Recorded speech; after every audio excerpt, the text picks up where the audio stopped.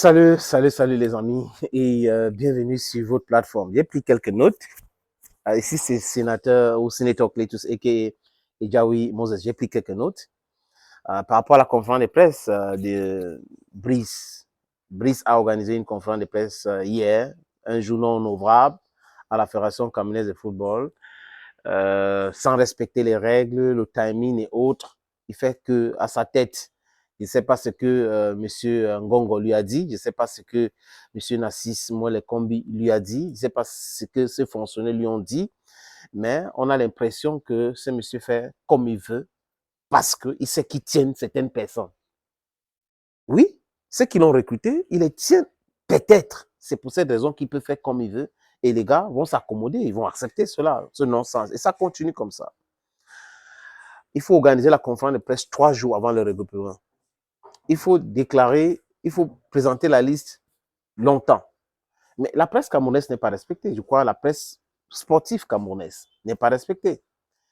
Et il fait comme il veut et les gens acceptent. Vous allez trouver des journalistes qui vont dire oui, c'est bon, il a dit ceci, il a dit cela. Est-ce qu'il respecte les règles? Est-ce qu'il connaît même? These are some of the important questions we should ask ourselves. Est-ce qu'il connaît? Parce que pour respecter, il faut connaître. Mais si vous ne connaissez pas, vous vous informez. On ne peut pas décider d'être un culte pour à chaque fois dire c'est moi le patron, c'est moi qui décide, c'est moi le patron, c'est moi qui décide. Ça cadre avec quoi? C'est moi le patron, c'est moi qui décide. Ça cadre avec quoi, les amis? Rien du tout. On comprend aujourd'hui encore, les amis, que l'information que RMC avait véhiculée, c'est une information qu'ils ont puisée dans le panier de Marc Brice. Parce que les blogueurs de Marc Brice et les mêmes blogueurs qui soutiennent Ngongo et qui soutiennent Mwele-Kombi avaient déjà donné cette information. Et ils avaient dit c'était bon, certains ont dit c'était bon, Dani Namasso sera dans la tanière. Et le retour de Toko Kambi s'est assuré, c'est bon déjà. Donc Marc Brice les trompe. Et Marc Brice les donne certaines informations. Et après, il n'arrive pas à se dire, on se trompait.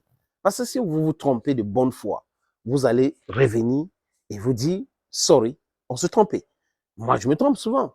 Oui, je suis un être humain, je ne suis pas parfait. Mais ceux qui se trompent de mauvaise foi, les amis, ils ne viennent pas. Ils passent à autre chose rapidement pour oublier. Mais ça ne se passe pas comme ça dans ce métier ou dans ce que nous faisons comme métier. Ce n'est pas sérieux. Bon, prenez votre énergie pour pouvoir penser uniquement avec le ventre. Parce qu'on vous donne 10 000, 20 000. Vous pensez que c'est ça? La réflexion tourne autour de ça? Ça n'a pas de sens. C'est quand même vexant de voir des gens qui sont en train de tout détruire. Et bon, les amis, un jour, c'est ferait jour. Ne vous inquiétez pas. Il organise ta conférence de presse. Il dit qu'il n'est pas content. Toujours, je ne suis pas content. Je ne suis pas content. Mais si tu n'es pas content, Marc Brice, tu sais ce qu'il faut faire. Plie tes bagages et tu les cliques et tes claques, tu pars. Si tu ne veux pas partir seul, ça va arriver bientôt. On va te faire partir. Ne t'inquiète pas. Le bon moment, le pécule que tu vas recevoir, ça sera vraiment des tailles. Ne t'inquiète pas. Il dit, Dani Namasso, vraiment, c'est un problème administratif. Un problème administratif, comme pour dire que c'est la FECAFO qui empêche Dani de venir à l'équipe nationale de Cameroun. Mais c'est Rigobert Song qui découvre ce gars. C'est Rigobert Song qui a voulu que le gars vienne à l'équipe nationale de Cameroun. C'est depuis 2022, lors de la Coupe du Monde. Rigobert Song a voulu de ce gars. Comme d'ailleurs beaucoup de binationaux qu'il a rencontrés.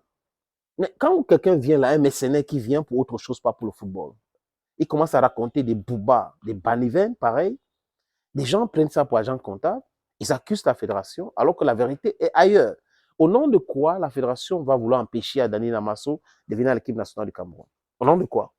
Pour gagner quoi après? Si c'est un problème administratif, ça veut dire que quelqu'un n'a pas suivi les procédures. Est-ce que Dani Namasso a écrit à la Fédération anglaise de football pour dire qu'il veut changer de nationalité footballistique? Voilà la question primordiale, une question très importante à se poser. S'il n'a pas écrit, la FECAFOOT peut interpeller la Fédération anglaise de football comme elle veut, mais la Fédération anglaise de football ne va pas les répondre parce que ça part du joueur, sa volonté de vouloir changer la nationalité footballistique et la FECAFOOT donc part du côté de la FIFA pour avoir ce certificat de nationalité footballistique changé. Mais si ce n'est pas le cas aujourd'hui, pourquoi accuser la FECAFOOT qui a voulu de ces gars en 2022, qui a été buté aussi pour ces difficultés? Est-ce que Dani Namasso a dit à Marc Brice et les amis qui écrivent des bêtises là, qu'il était sûr à 100% de venir à l'équipe nationale de Cameroun, où il est en train de jouer le Bois, j'attends. Peut-être qu'on va me convoquer avec l'équipe anglaise, peut-être on ne va pas me convoquer, j'attends les deux côtés pour voir. Voilà la question qu'il faut se poser. Donc, c'est trop facile de venir, je ne suis pas content, je ne suis pas content, je ne suis pas content. Je ne suis pas content et puis quoi? On fait comment on danse? Je ne suis pas content. Thank you, friends, and bye-bye.